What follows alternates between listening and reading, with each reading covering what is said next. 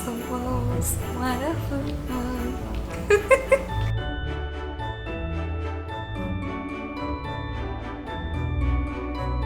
Hola amigos, what is up? What is going on? I have a whole fall playlist up on my channel.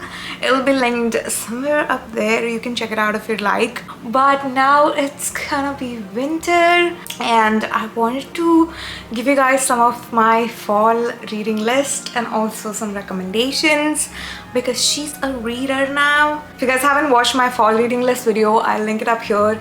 And I told you guys that every season I want to collect some books like very specific to that season and then start reading them, make like seasonal reading lists, which would be so much fun. I already had my coffee and I'm not feeling very good in my throat, and this is just a couple of ginger cubes in hot water with some lemon, hoping it would soothe my throat and I won't get any kind of infections because most people I know are down with some kind of flu.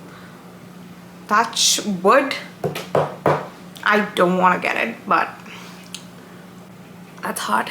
You know, I have a bow and I have my winter what do you call this thing, throw on my couch, festive reads. So most of them are very December Christmas reads, but these are the books that I saw a lot of people recommend and I read the synopsis and I loved it, so I wanted to read it. But let's get started. First one being In Holidaze by Christina Lauren.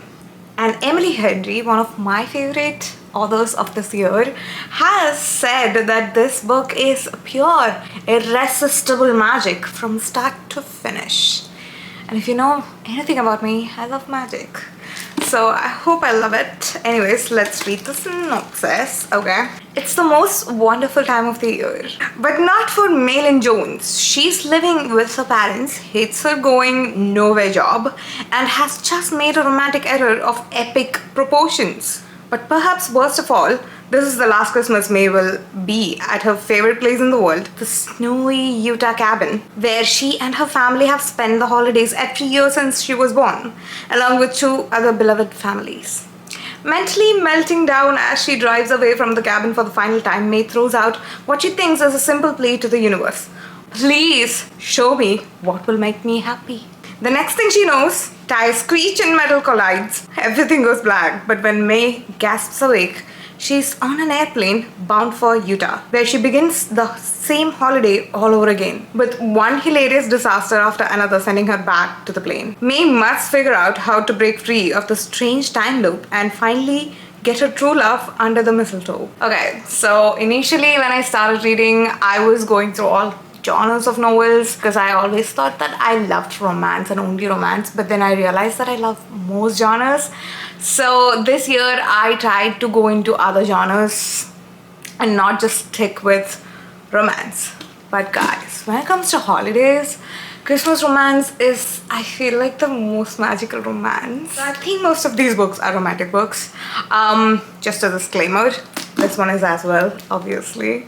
But this magic, like weird magic in there. She's stuck in a loop. Wow. So I think this is one of the most TikTok recommended books this year. But I took this from the library, so I'll be reading this really fast, okay? Just follow me on my Instagram. I'll leave the link here. You can also follow me on my TikTok. I post about most of the things there. And also I've been posting every day a reel on Instagram lately, romanticizing life. So yeah, that's been fun. A Timeless Christmas. An enchanting time travel romance by Alexis Stanton. Megan Turner is in love with the past. As a tour guide at a beautiful historic mansion, she tells visitors about its original owner, Charles Whitley, an inventor and businessman in the early 1900s. He rose from poverty to wealth only to disappear without a trace. Charles was always intrigued by the future. He just never expected to go there. But when he repairs a mysterious clock he bought on his travels, he's transported to the 21st century with his home decorated for Christmas and overrun by strangers. Charles is determined to find a way back to his own era, especially when he learns about what happened after he left. But as Megan introduces him to the wonders of smartphones, pizza, and modern holiday traditions, they both feel a once-in-a-lifetime connection. Could it be that somewhere in time they belong together? Oh my god. Okay, I'm really interested in all of these works, like time travel and romance and Christmas all together. Can it get any better? The 12 Dates of Christmas by Jenny Bayliss. Let's read. Tis the season for finding romance in this hilarious and uplifting holiday read. When it comes to relationships, 34-year-old Turner is ready to say bah humbug.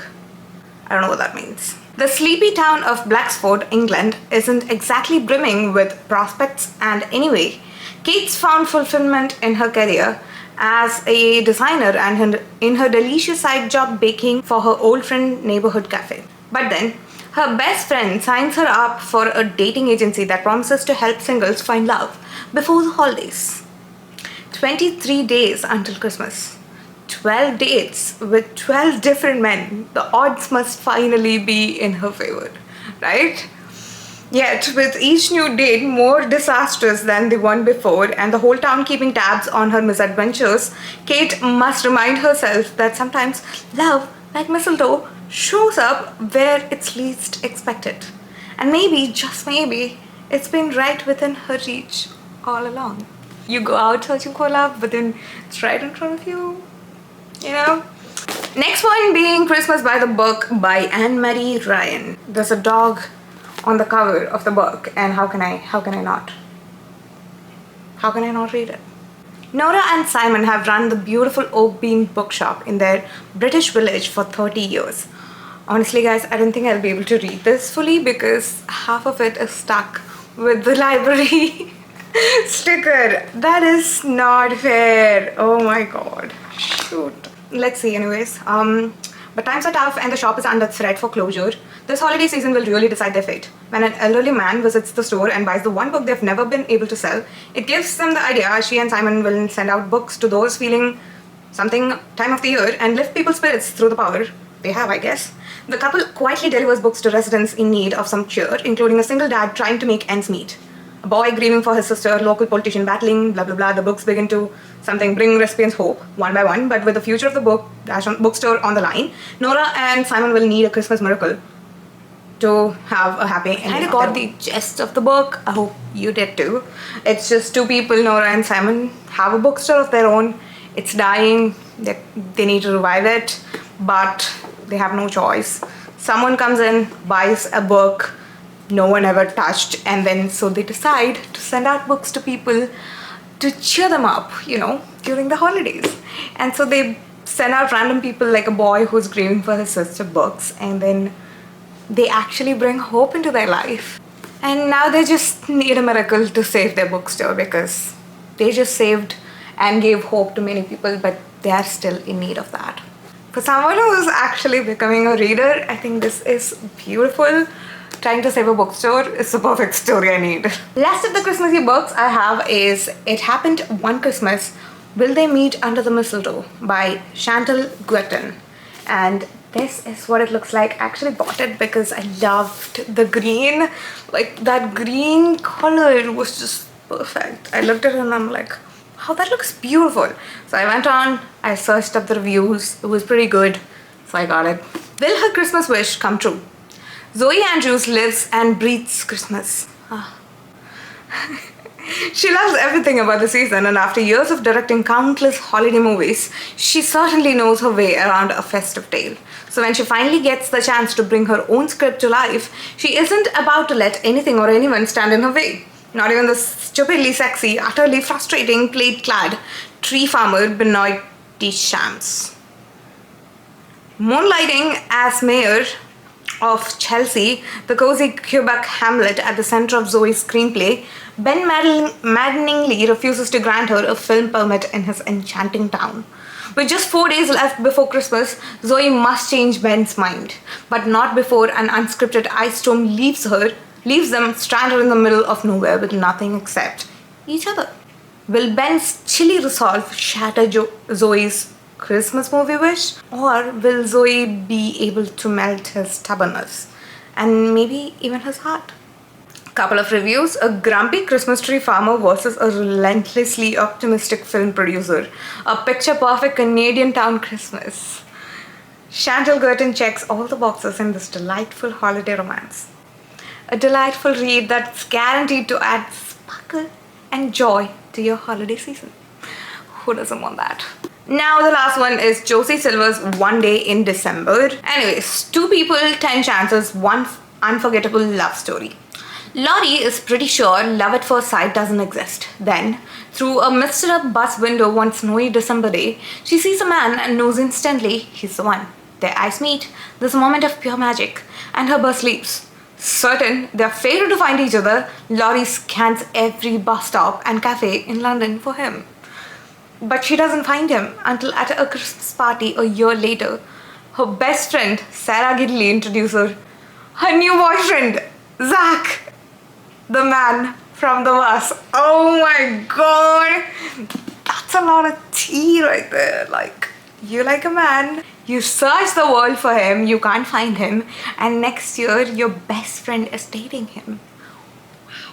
Last one is actually not a festive read, not a winter read. It's actually something to gain more knowledge. It's not even a fiction. The Richest Man in Babylon by George S. Clason. I'm sure you have read a lot about this book, because as we all know, winter doesn't end with December, it goes into January. And as I start into the new year, I want to learn. One of my goals is to learn something about finances. I don't have any investments and I would love to start investing, but I have no knowledge of finances, guys. And I've heard that this book gives you a whole new perspective into finances and all of that. So I got this. It says, for more than 90 years, The Richest Man in Babylon has been recognized as one of the world's most enduring guides to wealth management. And I have heard a lot of people talk about this, a lot of investors recommending reading this. And this is actually a tiny edition of the same book, but I did not want to go, deep in. First things first. So once Christmas is done, I won't be touching the rest of these books. I'll read as many books as I can until Christmas, and once Christmas is done, I want to pick up this one. And I want to read this, with notes. I want to prepare notes. I want to be aware and vigilant about what is going on with my money and where it's going, where I'm putting it, what's happening to it.